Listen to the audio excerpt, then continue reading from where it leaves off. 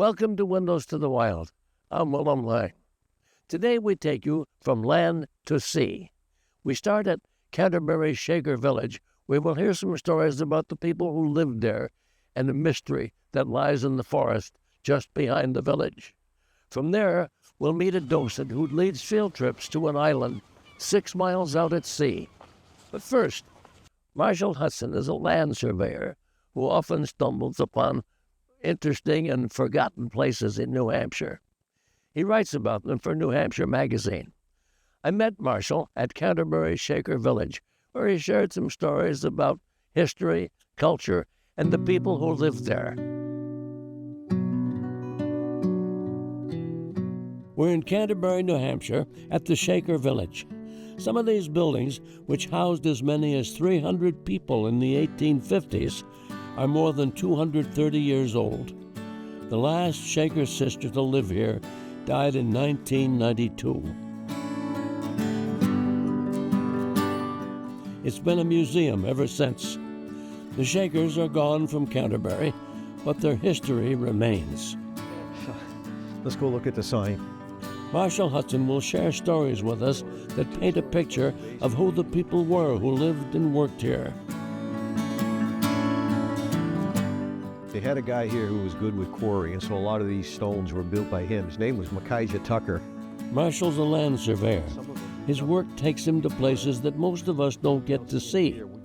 That's where he discovers stories waiting to be told. Once his surveying duties are over for the day, Marshall takes photographs of the site and later researches what he found there. He then writes stories about them for New Hampshire Magazine. I loved what the Shakers did, they were so practical. Everything they did was impossible but practical. The Shakers were a Protestant sect founded in England in 1747. They were pacifists who practiced communal living. They didn't marry and were celibate, adopting children and recruiting converts into their community. Well, Shakers came here in the late 1700s, and they built the meeting house. Shaker architecture is recognized by its simplicity, craftsmanship, and ingenuity. It's one of the reasons Marshall brought us here. Well, they paved this, didn't they? Yeah, this was the access ramp up into the second story. It was a 3-story, it was built and added on to multiple times. So depending on the decade we're talking about, it was a multiple-story barn. At one time, it was the biggest barn in New Hampshire. They had dairy cows. They had an impressive herd of dairy cows. Yeah. And in 1973, it caught fire and burned to the ground. Oh, dear.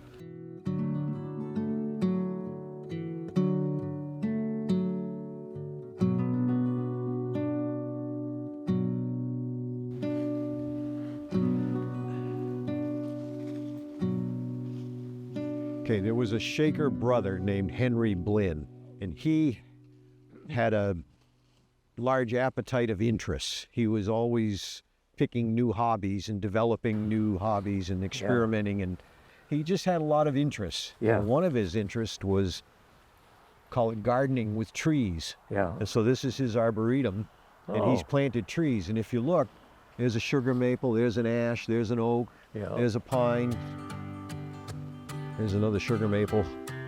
He cultivated and actually grew a garden of trees.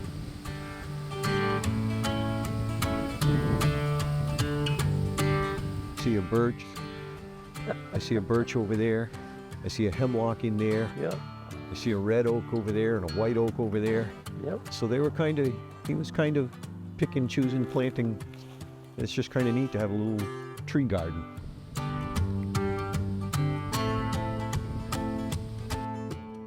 So with this building, we're going to go around to the front. But just kind of take a look at the proportions and see what you think. Well, it's a trick question, so... Oh, yeah? Yeah. What's the trick question? Well, the proportions always looked a little odd to me. Yeah. And there's a reason why it looks like it does. Yeah. This was the school where Yeah. the kids went to school, Yeah. and it was a one-story smaller building, built 1823. Well, they decided they needed a bigger school, more kids, Yeah. and part of the kids were from the neighborhood, not just Shakers. In those Right. days, one-room schoolhouses were scattered all Sure, over, and yeah, so they had the schools here. So they needed to make the school bigger. And rather than put an addition on it horizontally, they decided to go vertically. Yeah. But they had just put a new roof on it. And they shingled the roof with wooden shingles, and so Yeah. they figured it had a 40-year life. Right. So rather than take all the shingles off and then put a second story on, they lifted the building 12 feet in the air And put a new first and floor put a in. new first floor in. Ah. And so they were limited by the footprint of what was there. And putting it 12 feet up, it kind of gives it a stretch, Yeah. an unusual stretch look. Let's go look at this building. It's okay.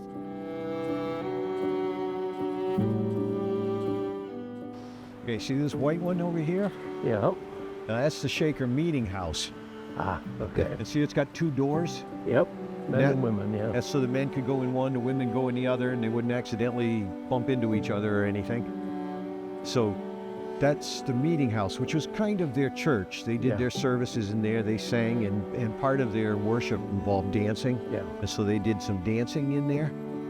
But what I wanted to tell you is because that was kind of their church Yeah. when they built it, Yeah. they felt they needed to build it with reverence. And part of that reverence during construction meant no talking during construction. What a pain in the neck that is. So instead of hollering, hey, I need nails, or bring me a hammer, or hold that board, or something like that, 2.5 inches. knock it again, and hit it again. No, it was all done with whispered Jeez. commands. Yeah. Sorry. Reverend undertones. I got it. Reverent undertones and whispered commands.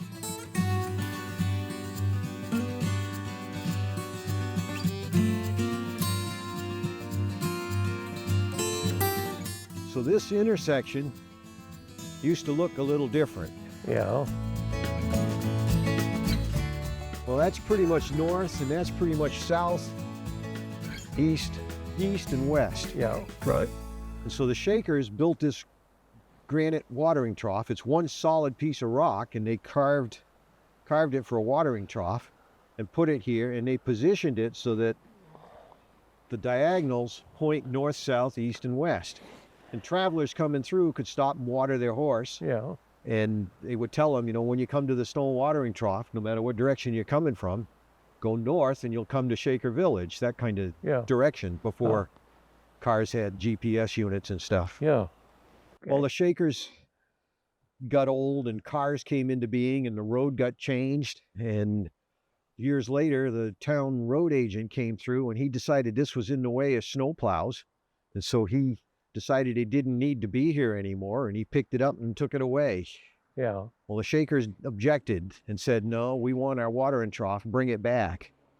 And there was a battle about who really owned it, because if it's within the road right away, he felt he had the right to remove anything that's within it. Yeah. Right. Well, come to find out, that doesn't hold up. Oh, really? No. So they still owned it. So they still owned it. So Yeah. he had to bring it back. And he brought it back and positioned it, Yeah. but he didn't get it north, south, east, west. If you look at the compass, he's Yeah. tweaked a little bit. He I didn't. think he did it on purpose. He don't probably you? did it on purpose, just out of a little bit of spite and grief. Yeah.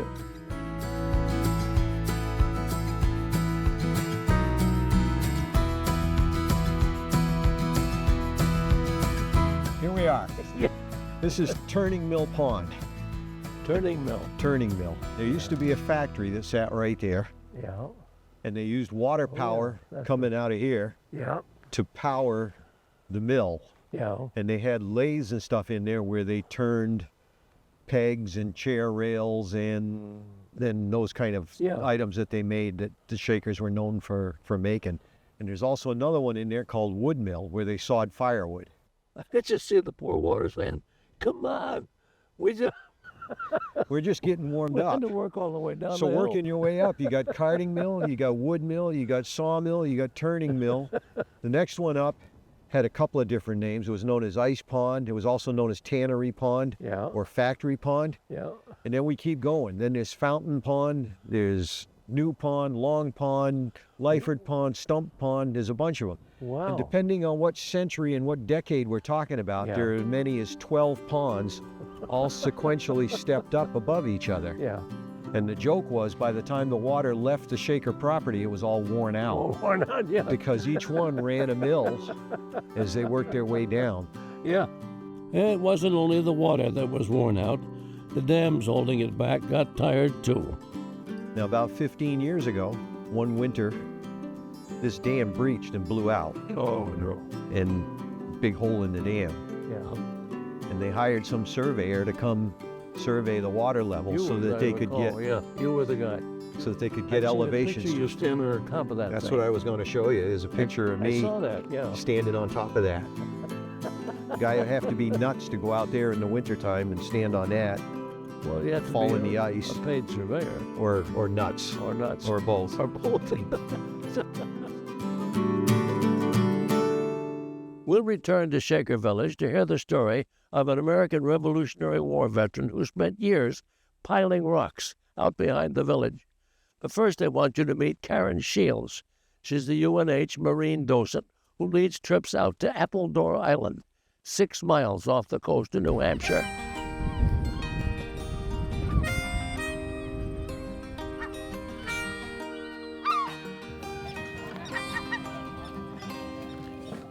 Karen Shields arrives at the dock for her morning commute.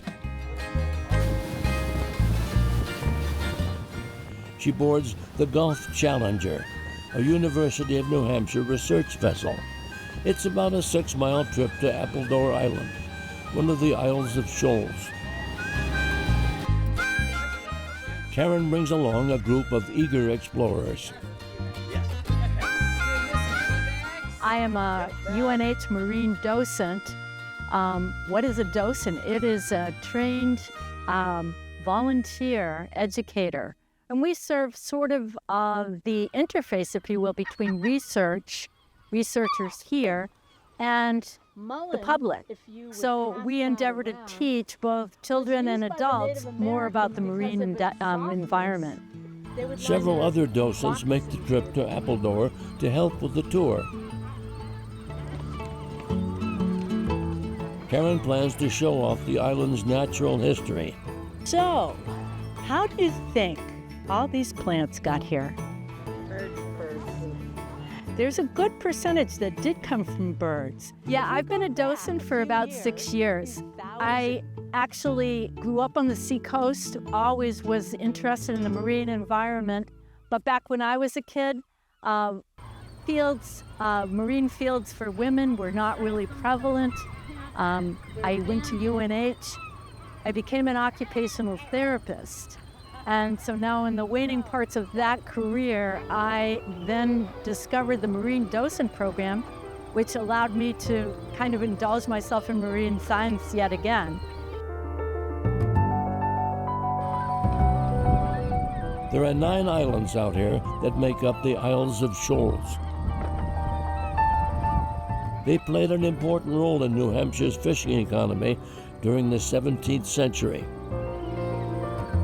There are legends of pirate activity out here, but the real treasure is Appledore's natural history. So I would like the folks today to feel a greater connection to the environment here and to be able to relish the fact that only a few miles offshore, they have an opportunity to experience something that many, many people never get. I used to be an avid hiker. I used to feel the same way about the mountains up in Franconia Knot. I felt like I was very much fortunate to be able to see the world from that perspective as well. So I'd really like them to take home just a greater appreciation of the natural world. Anybody have any idea what this is? Is it St. John's? Yes, St. John's wort. Karen and the other marine docents are knowledgeable tour guides. Like milkweed. They receive training What kind? and spend a lot of time over the years immersing themselves in the history and science of the places they visit. just above, up on the path, you see a blackback gull. That is a greater blackback gull. It is the largest gull in the world. What this little guy's doing? We're the interface between researching or researchers and the public. So every month we have a monthly meeting as part of the docent program, and we get to hear about the up-and-coming research. So this orange flower is usually found on the opposite side of a trail from either poison ivy or stinging nettles. It is the anecdote, and this is called Touch Me Not.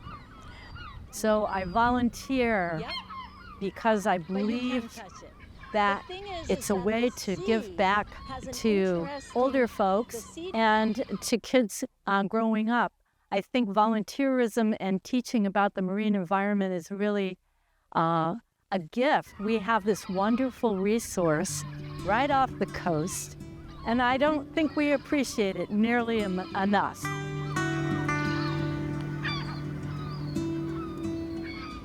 So to protect them, right? Yeah. So let's talk about crabs. When folks can't get out in the field, Karen brings it to them. Karen and the other docents visit schools. They bring along some critters. So versus taking the kids to the coast, we bring the coast to them.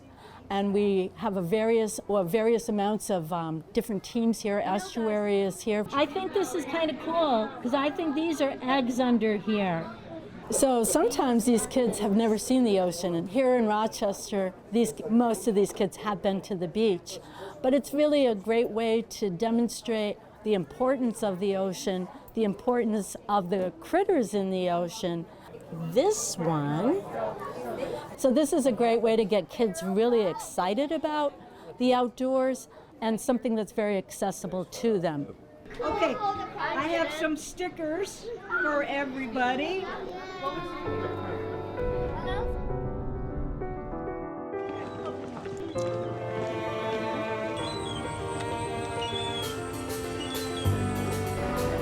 The tour ends with a relaxing ride back home.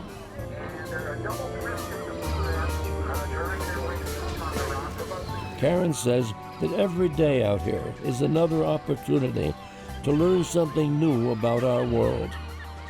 Through this program, I've had to learn a lot about cultural history as well as natural history. As I get older, I find myself more and more interested in history. And so this Appledore experience sort of wraps it all together. If I think about Appledore, I think about science and art. So I'm very fortunate to be able to experience both.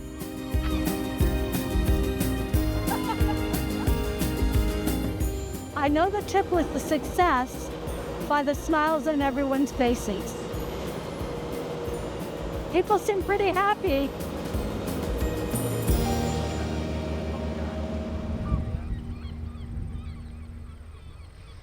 The American Revolutionary War ended in September 1783.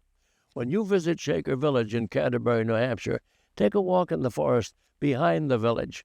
You'll find a story there about a veteran and the legacy of the war. Marshall Hudson shows you what he left behind. We're at the Shaker Village in Canterbury, New Hampshire. It's a National Historic Landmark. This is where members of the religious group lived beginning in 1792. Its last resident died 200 years after it was founded.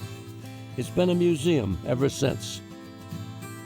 The Shakers were a Protestant sect founded in England in 1747.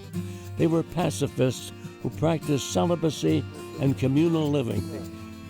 They had a guy here who was good with quarry, and so a lot of these stones were built by him. Marshall Hudson has a story to share about one man who lived on the property but didn't spend much time with the other residents.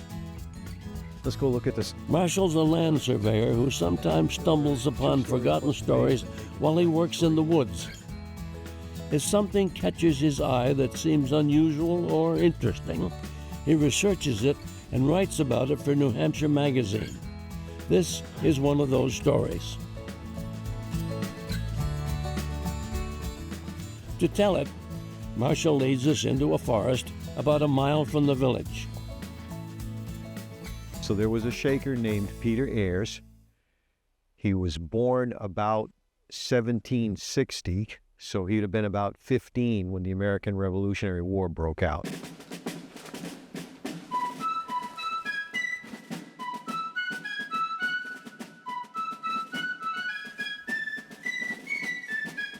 He had served with George Washington during the Revolutionary War, and he was very young when the war started. He was like 15, so he'd have been in his early 20s when it ended.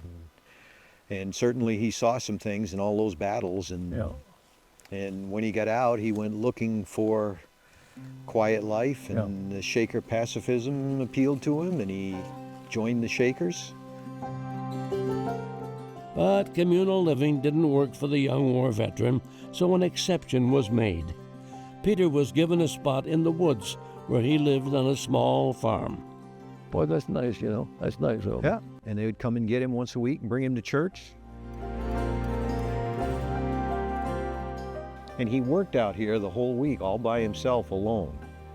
And one of the things he left behind are these piles of rocks. The question is why he did this. Certainly there was an agricultural element to it. He was clearing the fields for crops and apple orchards and plowing and planting, and so the rocks had to be moved.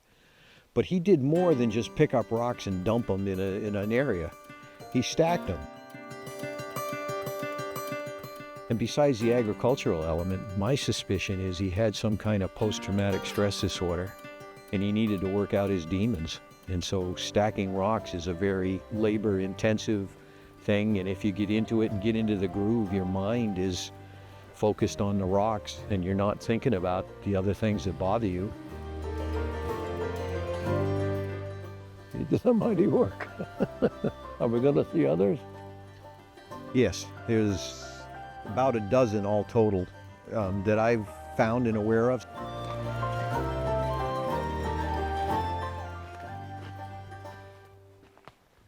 This is a bigger, taller one. It's got a bit of a turret look to it. Kind of turns an angle. It's still sloped on the back side, but it's still very vertical, straight up, and kind of turns, and it's kind of on this overlook.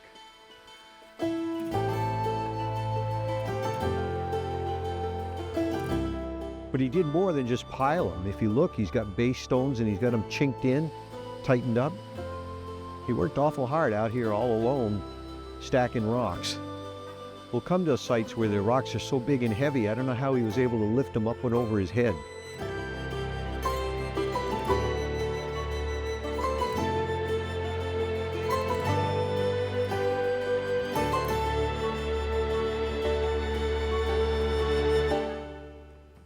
This pile lined up square and straight with a slope this way, and it levels out flat going this way.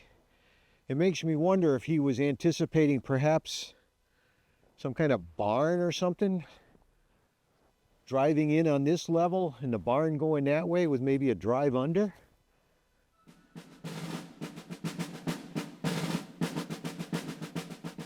It's a mystery.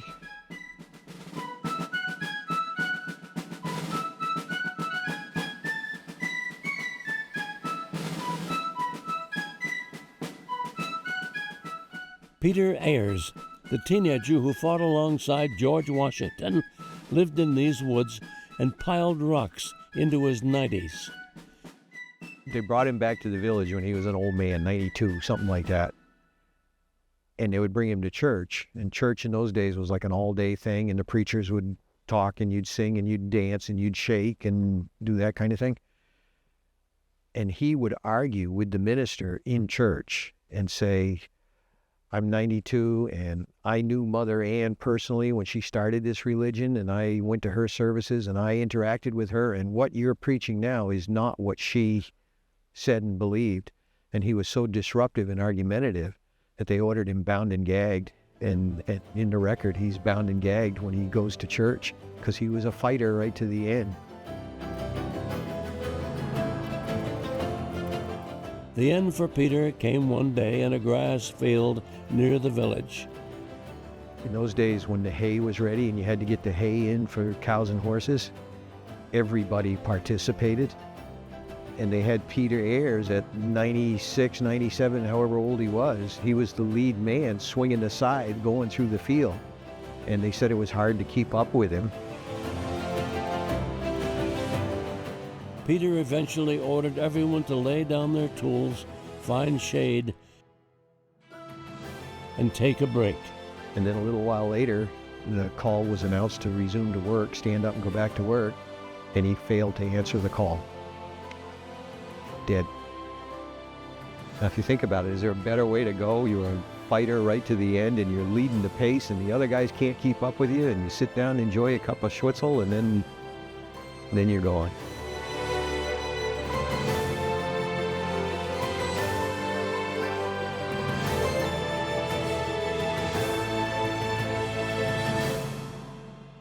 Well, we've come once again to that part of the show that I've always liked least, the time we have to say goodbye. So I shall. Bye-bye. I'm Willem Lang. Thank you for watching Windows to the Wild. Support for the production of Windows to the Wild is provided by the Alice J. Reen Charitable Trust, the John D. McGonigal Foundation, the Bailey Charitable Foundation, Rhodes Scholar, and viewers like you. Thank you. Make a gift to the wild and support the Willem Lang Endowment Fund, established by a friend of New Hampshire PBS. To learn how you can keep environmental, nature, and outdoor programming possible for years to come, call our development team at 603-868-4467. Thank you.